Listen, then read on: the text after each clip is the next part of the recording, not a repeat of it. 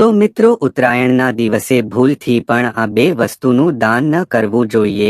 મિત્રો, તમે જાણો છો કે ઉત્તરાયણ શા માટે ઉજવવામાં આવે છે? ચાલો અમે તમને જણાવી દઈએ. વર્ષમાં 12 સંક્રાંતિ આવે છે, પરંતુ જ્યારે સૂર્ય ભગવાન મકર રાશિમાં પ્રવેશ કરે છે તેને મકર સંક્રાંતિ કહેવામાં આવે છે. આપણા હિન્દુ ધર્મમાં એવી માન્યતા છે કે મકર સંક્રાંતિના દિવસે સૂર્ય ભગવાનની પૂજા કરવી એ ખૂબ જ શુભ અને સારું માનવામાં આવે છે. જૂની માન્યતાઓ અનુસાર મકર સંક્રાંતિના દિવસે સૂર્ય ભગવાન તેમના પુત્ર શનિના ઘરે જાય છે. શનિ મકર અને કુંભ રાશિના સ્વામી માનવામાં આવે છે અને તેથી તેઓ મકર સંક્રાંતિના દિવસે મળે છે. મિત્રો, બધા જ લોકો આ તહેવારને ખૂબ જ આનંદથી ઉજવે છે. કેટલાક લોકો તો તેના માટે અગાઉથી જ તૈયારી કરીને રાખે છે, પરંતુ તેની સાથે અમે તમને જણાવી દઈએ કે આ દિવસે કેટલીક બાબતોનો ખાસ ધ્યાન રાખવું જોઈએ. આ દિવસે કયું કામ કરવું જોઈએ અને કયું કામ ન કરવું જોઈએ.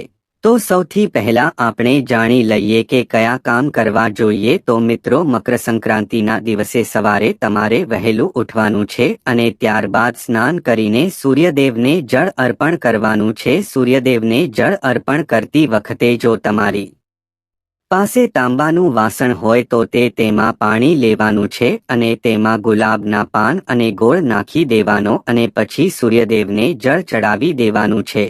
આ ભગવાન વિષ્ણુ અને સૂર્ય ભગવાનનો દિવસ છે. આ તમે સૂર્યદેવના મંત્રનો જાપ પણ કરી શકો છો, તો ખૂબ શુભ માનવામાં પણ આવે છે.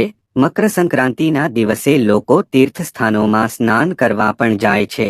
આ દિવસ ખૂબ છે, તે માટે તમારે આ દિવસે તીર્થ સ્થાનોમાં સ્નાન કરવું ખૂબ જ શુભ માનવામાં આવે છે. તેનાથી બધા પાપોમાંથી મુક્તિ મળી જાય છે અને મોક્ષ પ્રાપ્ત થાય છે. અને જો ઘરે સ્નાન કરો તો ગંગાજળથી સ્નાન કરવું જોઈએ અને તેના હકાફ આખા ઘરમાં કરવો જોઈએ.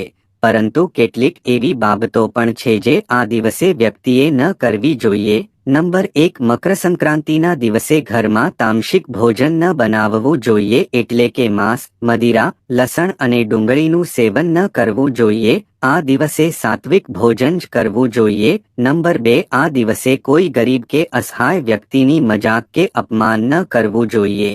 તમારે કોઈને ખરાબ કે ખોટા શબ્દ ન કહેવા જોઈએ. જો કોઈ તમારા ઘરે માંગવા આવે તો તેને ખાલી હાથે ન જવા દેવું જોઈએ. નંબર 3, મકર સંક્રાંતિના દિવસે તમારે રાત્રે બચેલું કે વાસી ભોજન આવવું ન જોઈએ. તેનાથી નકારાત્મક ઉર્જા ઉત્પન્ન થાય છે. આ દિવસે કઈ એવી વસ્તુનું દાન કરવું જોઈએ?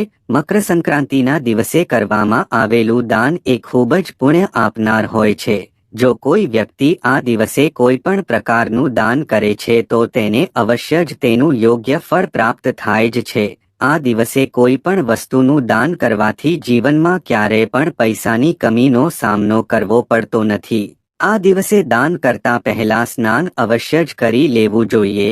તો હવે આપણે જાણી લઈએ કે કઈ કઈ વસ્તુ એવી છે જેનું દાન કરવું જોઈએ, જેનું દાન કરવાથી જીવન સુખમય બની જાય. મિત્ર, પહેલું છે તલ. આ મકર સંક્રાંતિના દિવસે તલનું દાન કરવું એ ખૂબ જ શુભ માનવામાં આવે છે. તેથી આ દિવસને તિલ સંક્રાંતિ પણ કહેવામાં આવે છે.